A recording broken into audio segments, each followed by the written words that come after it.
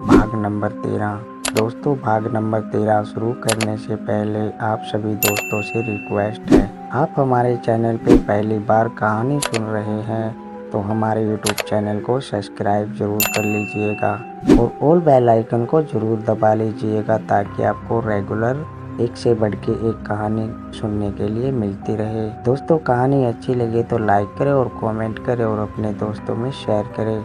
आपने इस कहानी को पूरा नहीं सुना है तो आपको हमारे चैनल पे पूरी कहानी एंजॉय करने के लिए मिलेगी। सभी पार्ट मैंने अपलोड कर रखे हैं। तो शुरू करते हैं भाग नंबर 13। सुनते रहिए हमारे साथ इस कहानी का भाग नंबर 13।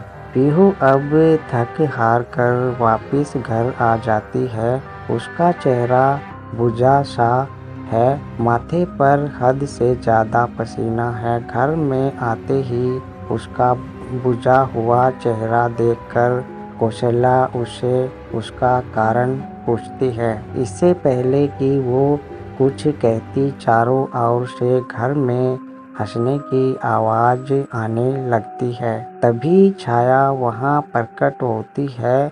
वो जोर से हंस रही है और उसकी हंसी पूरे घर में गूंज रही है, जिससे उनका घर बेहद डरावना प्रतीत हो रहा है।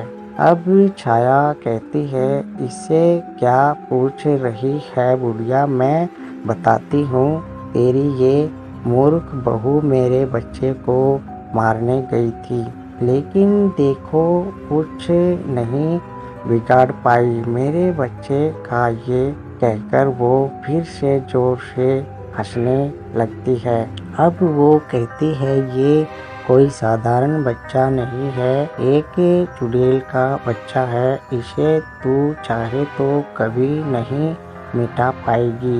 ये कहकर छाया वहाँ से गुम हो जाती है और पीहू कौशल्या को सारी बात बता देती है। अब कौशल्या भी उसे तसल्ली देती है और कहती है कि बेटी चिंता मत कर, सब ठीक हो जाएगा। इस तरह से पीहू भी अब शांत हो जाती है और अपने कमरे में चली जाती है। अब गुरुजी कौशल्या को फ़ोन करते हैं और कहते हैं कि बहुत जल्द हो वो बड़े गुरु को लेकर वहां पहुंच जाएंगे। अब कौशल्या को भी कुछ तसल्ली होती है, लेकिन छाया का खौफ अभी भी घर में पूरी तरह से कायम है। छाया अब अपनी कामयाबी पर बहुत खुश है और नीरज भी दिन ब दिन बदलता ही जा रहा है। जैसे समय बीत रहा है वैसे नीरज अब पीहू से दूर रहने लगा। वो अब धीरे अपने होने वाले बच्चे के करीब आता जा रहा है। पीहू और कौशल्या चाह कर भी कुछ नहीं कर पा रहे हैं और इस तरह एक दिन अचानक से दरवाजे की घंटी बजती है। रात के 10 बजे हैं और कौशल्या जाकर दरवाज़ा खोलती है। कौशल्या देखती है सामने गुरुजी खड़े हुए हैं और उनके साथ एक और गुरुजी और कुछ साध्य उनके चेले भी हैं। गुरुजी को अपने साथ लेकर आए हैं और उन्हें कौशल्या, पीहू और नीरज से मिलवाते हैं। कौशल्या आज कई दिनों बाद बहुत खुश है। अब उसे पूरा भरोसा भी है कि दोनों गुरुजी मिलकर कोई ना कोई समाधान जरूर निकाल लेंगे। लेकिन नीरज के चेहरे पर जरा भी खुशी नहीं है। ये बात पीहू महसूस कर चुकी है।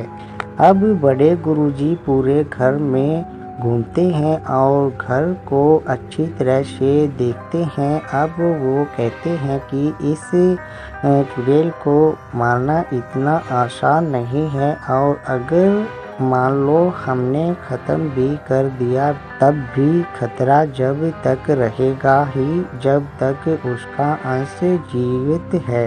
अब कौशल्या कहती है, गुरुजी कुछ भी कीजिए, बस सब कुछ ठीक कर दीजिए।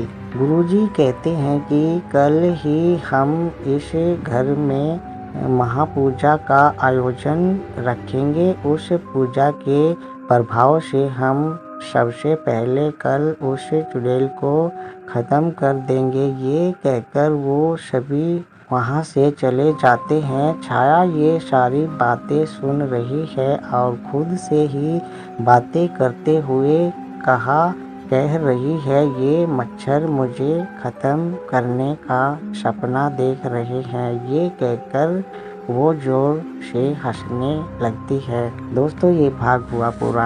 आपको ये भाग अच्छा लगा तो लाइक करें और कमेंट करें और अपने दोस्तों में शेयर करें। दोस्तों आप हमारे चैनल पे पहली बार कहानी सुन रहे थे तो हमारे YouTube चैनल को सब्सक्राइब जरूर कर लीजिएगा और ऑल बेल आइकन को जरूर दबा लीजिएगा, ताकि आपको एक से बढ़ के एक कहानी सुनने के लिए मेरे YouTube चैनल पे मिलती रहे।